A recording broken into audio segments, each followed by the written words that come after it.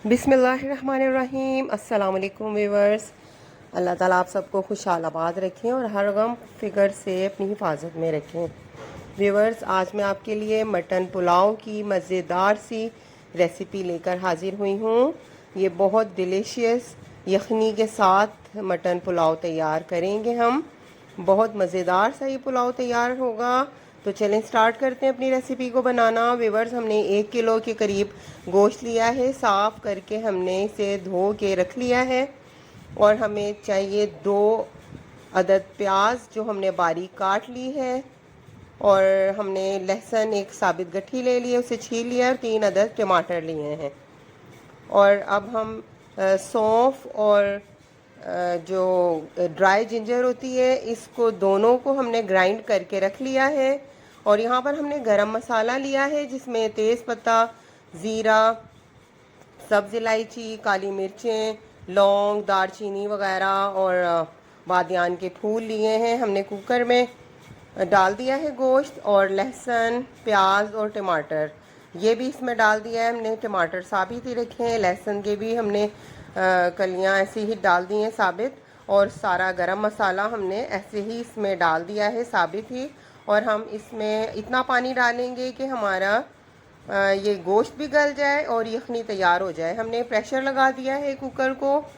और हमने चावल भिगो कर रख दिए हैं। व्यूअर्स, ये तकरीबन हमने 15 से 20 मिनट बाद कुकर खोला तो गोश्त तकरीबन गल चुका है, प्याज टमाटर भी गल चुके हैं।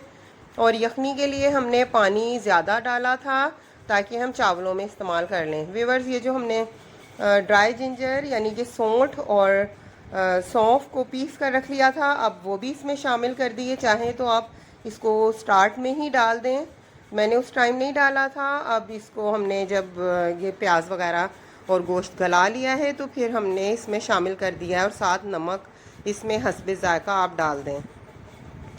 अब हम एक देगचा लेंगे, उसमें हमने डाल दिया है 1 से 1.5 कप घी डाल दें या कुकिंग ऑयल डाल दें। और हमने इसमें 2 अदद बड़ी प्याज बारीक काट कर इसमें शामिल करनी है। और इसको हमने इतना फ्राई करना है कि ये गोल्डन ब्राउन हो जाए, बल्कि थोड़ा ज़्यादा ही हमने इसका कलर निकालना है, ताकि पुलाव के लिए हमें थोड़ा डार्क ब्राउन चाहिए, लेकिन इतना भी ना हो कि प्याज जल जाए। हमने थोड़ी सी डार्क ब्राउन करनी है प्याज। अब ये हमने गोल्डन ब्राउन तो कर ली है, अब ये डार्क ब्राउन होने के करीब है। इसमें हम ज़ीरा डाल देंगे 2 टीस्पून। इसका जायका बहुत अच्छा सा बनता है जब हम इसको प्याज के साथ फ्राई करते हैं।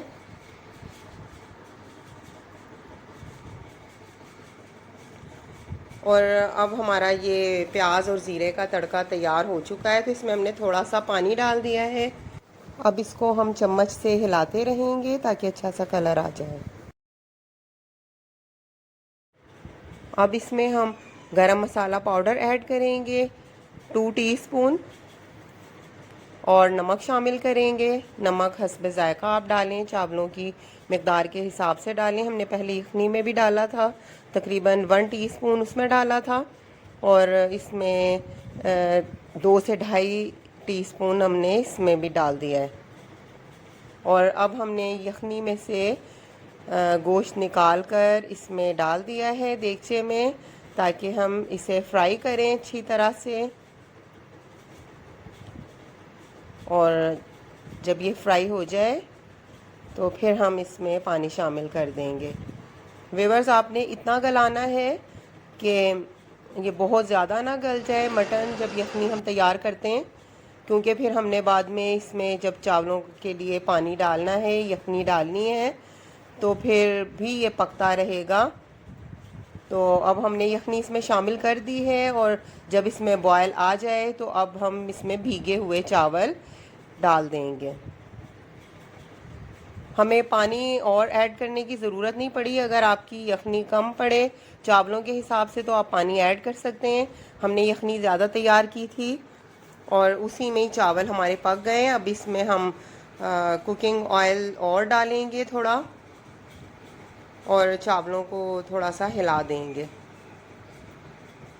बस अब हमने चावलों को दम पर रख देना है कुकिंग ऑयल डालकर। अब इसमें तकरीबन हमें 10 मिनट का वेट करना है और 10 मिनट बाद हमने ढक्कन हटाया तो हमारे चावल बिल्कुल रेडी हो चुके हैं। बहुत ज़बरदस्त से ये चावल तैयार हुए। मटन पुलाव हमारा बहुत मज़ेदार डिलीशियस सा तैयार हुआ। बहुत प्यारी इसकी बहुत मज़े की खुशबू आ रही थी और सबको बहुत पसंद आया। व्यूवर्स, आप मेरे इस रेसिपी के मेथड को फॉलो करेंगे तो यकीनन आप भी एक मज़ेदार सी मटन यखनी पुलाव की रेसिपी तैयार कर लेंगे। यकीनन ये सबको घर में पसंद आएगी, छोटे बड़े सभी शौक़ से खाएंगे। और अब मैं आपसे इजाज़त चाहूँगी इस दुआ के साथ कि अल्लाह ताला आपका और मेरा हामी नासिर हो। अल्लाह ताला हम पर अपनी ख़ास रहमतें और बरकतें नाज़िल फरमाएँ और अपने इर्द गिर्द रहने वालों का बहुत ख़याल रखिएगा। मुझे भी दुआओं में याद रखिएगा।